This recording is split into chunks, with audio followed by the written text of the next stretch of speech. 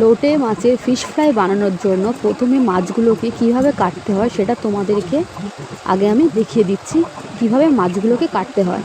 মাছের কাঁটাগুলো মধ্যিখান থেকে কিভাবে বের করতে হয় সেটা তোমরা দেখে নাও। এভাবে করলে মাছের মধ্যে একটাও যে লম্বা যে কাঁটাটা থাকে সেটা থাকবে না, মুখের মধ্যে গিয়ে লাগবে না।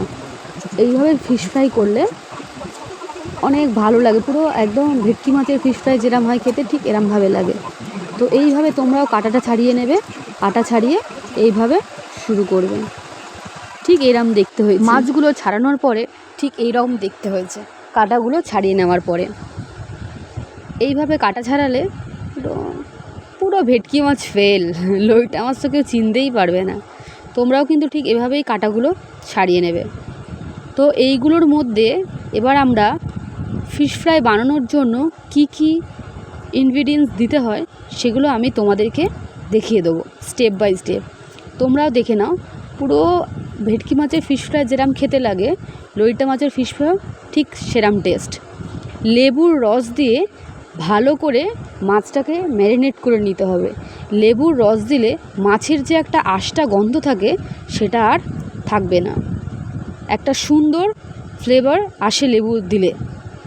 তোমরাও লেবুর রস দিতে পারো, খুব ভালো লাগবে। বাড়িতে যদি লেবুর রস নাও থাকে ভিনিগার দিতে পারো। আমার বাড়িতে লেবু ছিল তাই লেবু দিয়েছি, তোমাদের বাড়িতে যদি লেবু না থাকে ভিনিগারও দিতে পারো, কোনো অসুবিধা নেই। লেবুর রসটা দিয়ে ভালো করে মাছটাকে ম্যারিনেট করে নিতে হবে। মাছটা ম্যারিনেট করার পরে আদা আর রসুন বাটা দিয়ে দিলাম। আদা রসুন বাটা দিয়ে ভালো করে ম্যারিনেট করে নিচ্ছি। ওর সাথে কাঁচা লঙ্কা বাটা, একটু কাঁচা লঙ্কা বাটা বেশি করে দিলে ভালো লাগে, ঝাল ঝাল হয়, মাছটা খেতে ভালো লাগে। এর মধ্যে পুদিনা পাতা ও ধনে পাতাও অ্যাড করতে পারো, আমিও অ্যাড করে দিয়েছি, তুমিও অ্যাড করে দিও, ভালো লাগবে তোমরা। নুনও দিলাম স্বাদ মতন, তোমাদের যতটা পরিমাণ মতো নুন লাগবে তোমরাও সেই পরিমাণে নুন দিতে পারো। তারপর ভালো করে মাছটাকে ম্যারিনেট করে নিতে হবে।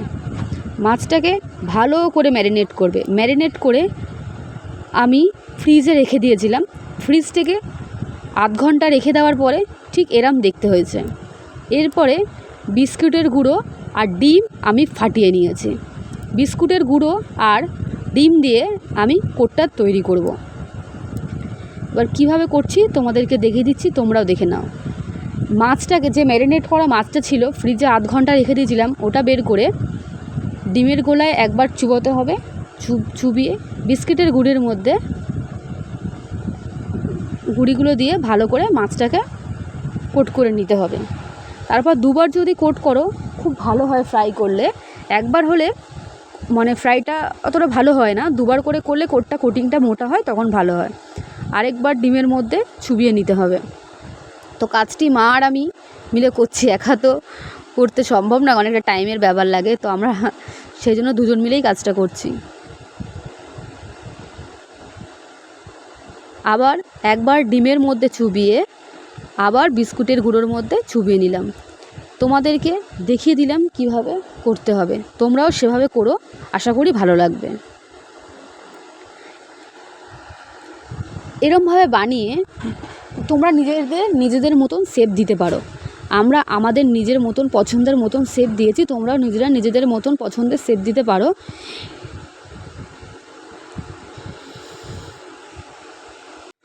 এভাবে বেশ কয়েকটা তোমাদেরকে আমি দেখিয়ে দিলাম কিভাবে করতে হয়।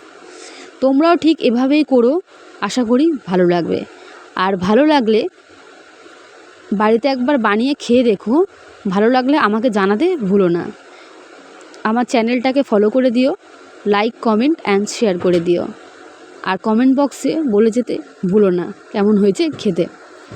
ঠিক এভাবেই তোমরা বানিয়ে নেবে। যেমন করে আমি ফিশ ফ্রাইগুলো ঠিক রেডি করার পরে এরম একটা হয়েছে সুন্দর শেপ। আমরা আমার মতন শেপ দিয়ে নিয়েছি, তোমরাও তোমাদের মতন শেপ দিয়ে নিতে পারো, কোনো অসুবিধা নেই। এটা ওভারনাইট ফ্রিজে রেখে দিয়েছিলাম। ফ্রিজে রাখলে কি হয়, ওর মধ্যে পুরো মশলাটা মেল্ট হয় আর টেস্টটাও ভালো হয়। এরপর আমি ফ্রাই করে তোমাদের দেখাচ্ছি ঠিক কেমন দেখতে হয়েছে। ফ্রিজ থেকে বের করে এবার ফ্রাই করে নেব। এটা হালকা আঁচে ফ্রাই করতে হবে, ওভেনে আঁচ বাড়িয়ে যদি করো তাহলে ওপরটা পুড়ে যাবে, মাছটা ভালো সিদ্ধ হবে না। তো সেই জন্য হালকা আছে এটা তোমাকে আস্তে আস্তে করে ভেজে নিতে হবে। জোরে ভাজলে কিন্তু হবে না, ধৈর্য ধরে আস্তে আস্তে করে ভাজতে হবে। এভাবে আমি ভেজে নিয়েছিলাম, তোমরাও ভেজে নিও। দেখো কতটা সুন্দর হয়েছে। কেউ বলবে এটা কি লইট্টা মাছের ফিশ ফ্রাই? একদমই না। তোমরাও বুঝতে পারবে না এটা লইট্টা মাছের ফিশ ফ্রাই। বাড়িতে যদি কোনো গেস্ট আসে তো এটাও তোমরা খাওয়াতে পারো। এটা ফ্রিজ আপ করেও রাখতে পারো ফ্রিজে। ঠিক এরকম একটা দেখতে হয়েছে। আমি গার্নিশিং করেছি সস আর পেঁয়াজ আর শসা দিয়ে।